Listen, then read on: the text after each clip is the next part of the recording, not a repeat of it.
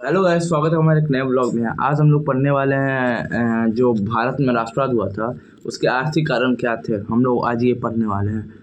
तो भारत में अंग्रेजों ने जो आर्थिक नीति अपनाई थी उसके परिणाम स्वरूप भारतीय कृषि और कुटीर उद्योग को काफ़ी धक्का लगा। जो अंग्रेज थे उन्होंने जो आर्थिक नीति अपनाई किसके लिए, भारतीय कृषि और कुटीर उद्योगों को उससे बहुत तगड़ा काफ़ी धक्का लगा। इस आर्थिक नीति के बाद ब्रिटिश आर्थिक नीतियों के परिणाम स्वरूप किसानों, कामगारों और अन्य वर्गों की स्थिति निरंतर बिगड़ती चली गई। जो ब्रिटिशों ने आर्थिक नीति लागू की थी उसके पश्चात किसानों, कामगारों और अन्य वर्गों की स्थिति निरंतर बिगड़ती ही गई, जैसे कि गिरते गई इस आर्थिक नीति के बाद। किसकी? तो किसानों, कामगारों और अन्य वर्गों की स्थिति निरंतर बिगड़ती चली गई।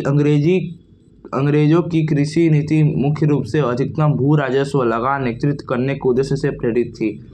जो अंग्रेज थे, जो ब्रिटिश थे, उनका क्या था पीओवी, तो उनका पर्सपेक्टिव क्या था कि ये जो भारतीय किसान हैं, ये जो कृषि कर रहे हैं, इन पे भू राजस्व एकत्रित करना था उनको।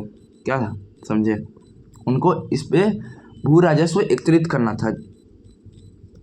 भू राजस्व वो एकत्रित करते तो उनके जितने भी ज़मीन थे उनका वो लगान लेते। किससे? कृषि से। देखो, खेत भी उन्हीं का, किसानी भी करेंगे कौन, तो किसान ही, लेकिन भू राजस्व मतलब कि उसका लगान कौन लेंगे, तो ब्रिटिश।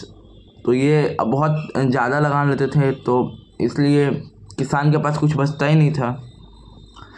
स्थायी बंदोबस्त के द्वारा जमींदारों को एक निश्चित भू राजस्व कर के रूप में सरकार को देना पड़ता था। जो स्थायी बंदोबस्त था और जो भू राजस्व थे, मतलब कि जो आप ये कह सकते हैं कि जो मतलब कि जमींदार थे, सेठ भी कह सकते हो, उनको भी कर देना पड़ता था। जो उनका ज़मीन था, जिसे हम लोग टैक्स बोलते हैं, कर उनको भी देना पड़ता था। किसे? तो ब्रिटिश सरकार को उन्हें भी कर देना, कि किसानों को भी अपने ज़मीन का कर देना पड़ता था। भू राजस्व मतलब कि जमींदार, सेठ, उनको भी अपने ज़मीनों का कर देना पड़ता था ब्रिटिश सरकार को। तो सारे लोग फंसे हुए थे इस आर्थिक नीतियों के पश्चात।